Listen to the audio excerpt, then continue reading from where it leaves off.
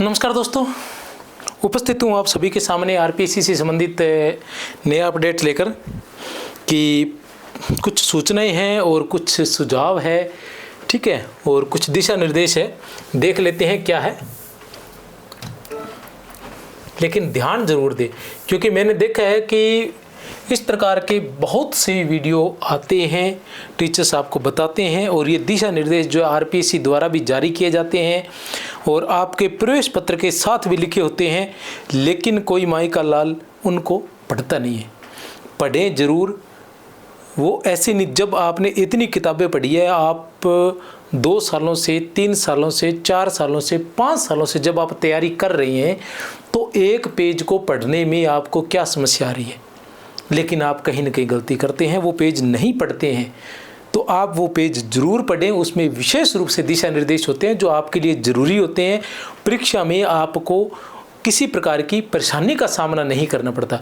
हो सकता है बहुत से विद्यार्थियों के साथ ऐसा होता है कि वो परेशानी का सामना नहीं करते हैं, सही तरीके से पहुंच जाते हैं, लेकिन मानो कि कोई एक ही विद्यार्थी के साथ, किसी एक के साथ भी अगर ऐसा होता है तो फिर उसके साथ क्या होगा। मतलब 2 साल तैयारी करने के बाद सिर्फ एक पेज न पढ़ने की वजह से आपको किसी ऐसी समस्या का सामना करना पड़े कि फिर से आपको 2 साल 3 साल इंतजार करना पड़े ऐसी परीक्षा के लिए, तो ऐसा काम न करें। एक पेज जो है वो ज़रूर पढ़ें। बताता हूँ क्या है दिशा निर्देश। इसमें बताया गया है सबसे पहले वरिष्ठ अध्यापक प्रतियोगी परीक्षा 2025, कोई समस्या नहीं है। 12 से लेकर 18 जुलाई तक, 12 से 18 जुलाई तक होने वाले हैं। बहुत बड़ी परीक्षाएं हैं, 10,000 से ऊपर समथिंग इसके अंदर पद है। 5वें विकल्प के बारे में स्पष्ट शब्दों में बताया गया है कि 10 मिनट का अतिरिक्त समय दिया जाएगा। सबसे बड़ी बात यह है कि बहुत से विद्यार्थी ये सोचते हैं कि ये 10 मिनट का समय एग्ज़ाम का समय बढ़ाया गया है। नहीं, ये एग्ज़ाम के लिए समय नहीं बढ़ाया गया है, ये केवल 5वें विकल्प के लिए है। इस दौरान आप बहुत से जो वहाँ एग्जामिनर लगे होते हैं वो आपको पेपर नहीं पढ़ने देते हैं, पेपर देखकर OMR सीट नहीं भरने देते हैं। वो सिर्फ आपको क्या करते हैं, 5वां विकल्प भरने का ही मौका देते हैं। ऐसी कंडीशन के अंदर अगर आपने ये सोच रखा है कि आखिरी 10 मिनट में आप बाकी के जो आंसर है या OMR सीट है या कुछ जो आंसर है वो आखिरी 10 मिनट में भर देंगे, तो ऐसा न सोचें। ये 10 मिनट आप केवल, हाँ हो सकता है आपको मौका मिल सकता है, आपका एग्जामिनर जो है वो थोड़ा आपको समय दे सकता है कि आप कुछ भी करें उस 10 मिनट में, लेकिन ऐसा होता नहीं है। तो आप अपना ध्यान रखें। अगर पहले आपके साथ ऐसा हुआ भी है तो ये ज़रूरी नहीं है कि फिर से जो एग्जामिनर आपको मिले वो ऐसा मिले। तो जो आपके क्वेश्चंस किए हुए हैं वो आप इस 10 मिनट से पहले कंप्लीट कर लें। इस 10 मिनट में केवल 5वां विकल्प आपने भरना होता है। हाँ, अगर वो पेपर देखने का या करने का मौका देते हैं तो वो बात अलग है, लेकिन ये मत सोचें कि आपको अवसर मिलेगा। एक बात, अभ्यर्थी परीक्षा हेतु आवंटित परीक्षा जिला की जानकारी परीक्षा दिनांक से 7 दिन पहले मिल जाएगी। जैसे आज है 3 तारीख, 4 तारीख, 5 तारीख। 5 तारीख को, ठीक है ना, 5 जुलाई को इसकी जानकारी आपको मिल जाएगी कि आपकी परीक्षा जो है वो किस जिले में होने वाली है। और प्रवेश पत्र जो है वो 3 दिवस पूर्व, 3 दिवस से पहले है कि जिनके 12 जुलाई को एग्जाम है उनको 9 जुलाई को जो है प्रवेश पत्र मिल जाएंगे।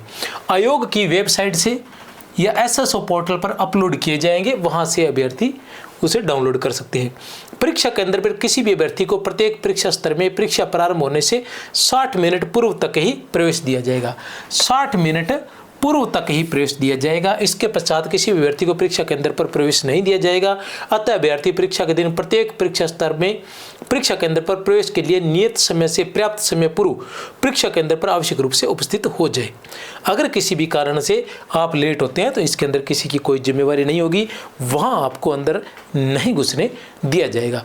रीजन ये होता है, अगर वहाँ वास्तव में कोई, वैसे तो सभी को सख्त आदेश रहते हैं कि कोई भी बड़े से बड़ा अधिकारी भी आपको एंट्री नहीं दे सकता, लेकिन हो सकता है कि अगर बड़ा अधिकारी वहाँ हो तो हो सकता है 1 आध मिनट का आपको छूट मिल जाए, लेकिन वहाँ गेट पर बड़ा अधिकारी होता नहीं है। गेट पर तो सिर्फ गार्ड होते हैं और जो अधिकारी होते हैं वो अंदर परीक्षा करवाने में व्यस्त होते हैं, जैसे पेपर आ चुके होते हैं, उनकी काउंटिंग वगैरह या किस तरह से क्या है, कहाँ किसकी कौन से कमरे में किसकी ड्यूटी लगानी है, इन कामों में वो व्यस्त रहते हैं। तो बाहर जो होते हैं वो गार्ड खड़े होते हैं। गार्ड को ऐसा कोई अधिकार होता नहीं है कि वो आपको एंट्री करवाए या नहीं करवाए। अगर वो ऐसा काम करता है तो उसको हैंड टू हैंड ही सस्पेंड लेटर दे दिया जाता है घर जाने के लिए। तो ऐसी स्थिति में कोई भी व्यक्ति अपनी नौकरी नहीं खोना चाहेगा। तो आप ये मत सोचें कि 1 या 2 मिनट की आपको छूट मिलेगी। राइट जो समय 1 घंटा, परीक्षा शुरू होने से 1 घंटा पहले दरवाज़ा बंद हो जाएगा। फिर आप चाहे रोए चाहे चिल्लाएं, कुछ भी करें, वो दरवाज़ा नहीं खुलने वाला है। अभ्यर्थी प्रवेश पत्र आयोग की वेबसाइट से जो है उपलब्ध एडमिट कार्ड लिंक पर जाकर आवेदन पत्र क्रमांक व जन्म दिनांक से डाउनलोड कर लें। साथ ही अभ्यर्थी ये लॉगिन जो इसकी है sso.rajasthan.gov.in पर लॉगिन कर सिटीजन ऐप में जाकर रिक्वायरमेंट पोर्टल लिंक का चयन भी कर भी संबंधित परीक्षा का वो प्रवेश पत्र आप डाउनलोड कर लेंगे, कोई समस्या नहीं है। परीक्षा केंद्र पर क्या लेकर जाना है? अद्यतन नवीनतम मूल रंगीन आधार कार्ड लेकर जाना है। मूल रंगीन आधार कार्ड, मूल जो आधार कार्ड है वो आपके पास होना चाहिए और उसकी फोटोकॉपी भी होनी चाहिए। यदि मूल आधार कार्ड पर फोटो पुरानी अथवा अस्पष्ट है तो अन्य मूल फोटो पहचान पत्र यथा ड्राइविंग लाइसेंस याद रख लेना, पासपोर्ट, मतदाता पहचान पत्र जिसमें रंगीन व नवीनतम स्पष्ट फोटो हो लेकर परीक्षा केंद्र पर उपस्थित हुए। अब ऐसी जो चीज़ें होती है बच्चे इग्नोर कर जाते हैं।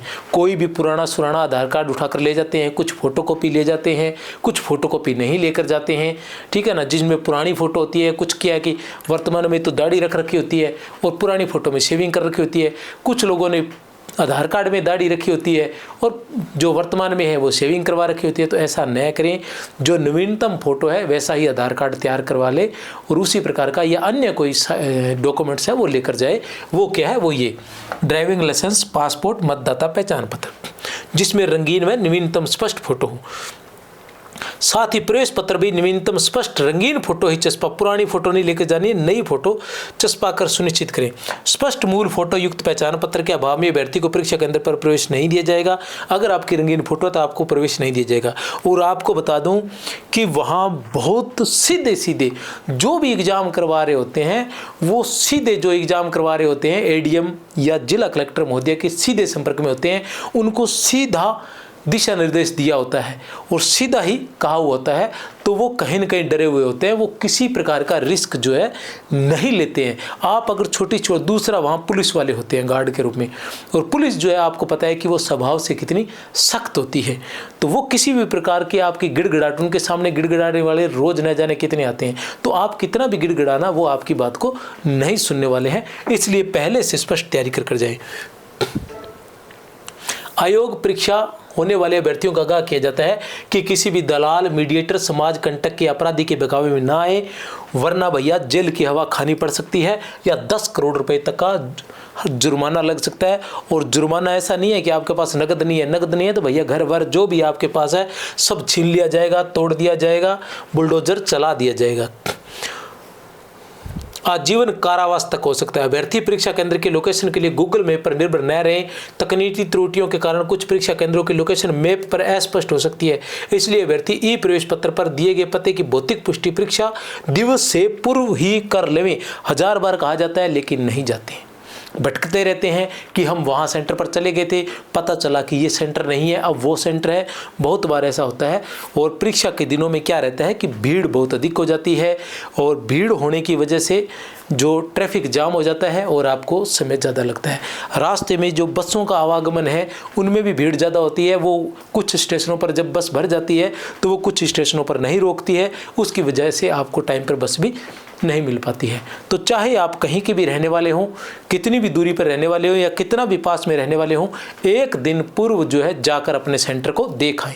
और पहले दिन भी आपको कम से कम 2 घंटे पहले वहाँ पहुँचे, क्योंकि 1 घंटा पहले तो आपकी एंट्री होगी, 1 घंटा पहले आपकी एंट्री बंद हो जाएगी। 1 घंटा पहले आपकी एंट्री बंद हो जाएगी, याद रख लेना। 1 घंटा पहले एंट्री शुरू नहीं होगी, 1 घंटा पहले आपकी एंट्री बंद हो जाएगी। इसका मतलब यह है कि आपकी जो लाइनें लगनी है वो 1-2 घंटे पहले शुरू हो जाएगी। आपकी जो लाइनें लगनी है वो 2 घंटे पहले ही शुरू हो जाएगी। इसलिए आपको कम से कम 2 घंटे पहले वहाँ जाना है परीक्षा भवन पर, और 2 घंटे पहले आपको वहाँ पहुँचना ही होगा। इसी तरह से अपना शेड्यूल बनाएं और वो 2 घंटे तब तय करें कि 2 घंटों पहले आप पहुंच जाएंगे जब आप पहले देख कर आए हैं। अगर आपने पहले देखा नहीं है किसी भी कारण से, अगर आप एक दिन पूर्व सेंटर को नहीं देख कर आए हैं, तो भैया आप 3-4 घंटे का टारगेट रखें कि 3-4 घंटे आप पहले वहाँ जाएंगे। उसके बाद जो भी प्रक्रिया फिर देखेंगे। और अपने डॉक्यूमेंट्स वगैरह लेके जाएं, साथ में आधार कार्ड लेके जाएं, उसकी फ़ोटोकॉपी लेके जाएं।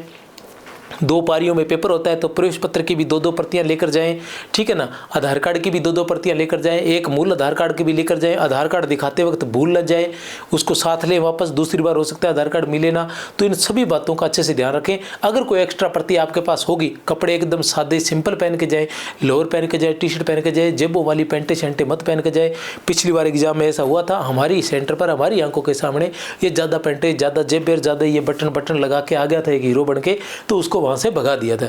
तो ऐसा सिस्टम न करें आप लोग, इस प्रकार से हीरो बनकर ना आए। वहाँ पेपर देने जा रहे हैं, नॉर्मल कपड़े, बिल्कुल नॉर्मल कपड़े पहन के जाएं, लोअर पहन जाए और टी शर्ट पहन जाए, चप्पलें पहन जाए, ताकि किसी प्रकार की कोई समस्या, घड़ी सड़ी, इन चीज़ों का प्रयोग न करें। वहाँ मिनट में घंटी लगती रहती है। तो मेरी तरफ से आप सभी को बहुत बहुत शुभकामनाएं। विशेष रूप से ध्यान रखें इन दिशा निर्देशों का। जय हिंद, जय भारत।